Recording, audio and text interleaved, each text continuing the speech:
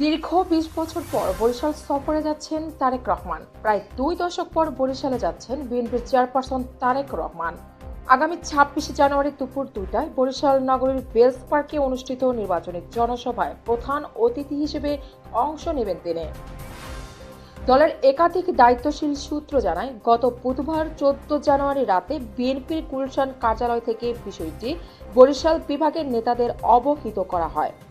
বিএনপির কেন্দ্রীয় কমিটির বরিশাল বিভাগের সাংগঠনিক সম্পাদক বিলকিস আক্তার জাহান বলেন, দলের শীর্ষ নেতারা বরিশাল সফরের বিষয়ে নেতাদের জানিয়েছে। প্রস্তুতির জন্য আগামী ১৮ জানুয়ারি প্রস্তুতি সভার কথা রয়েছে। বরিশাল ক্লাবে বিকেল ৩টায় অনুষ্ঠিত সভায় বিভাগের ধানের শীষ প্রার্থীরা ছাড়াও অন্যান্য সংগঠন নেতারা অংশ নেবেন। বরিশাল মহানগর বিএনপির সাবেক সদস্য সচিব মীর জাহিদুল কবির জাহিদ জানান, তারেক রহমানের বরিশাল সফরের খবর ছড়িয়ে পড়ার পর থেকে নেতাকর্মীদের মধ্যে ব্যাপক উৎসাহ দেখা দিয়েছে।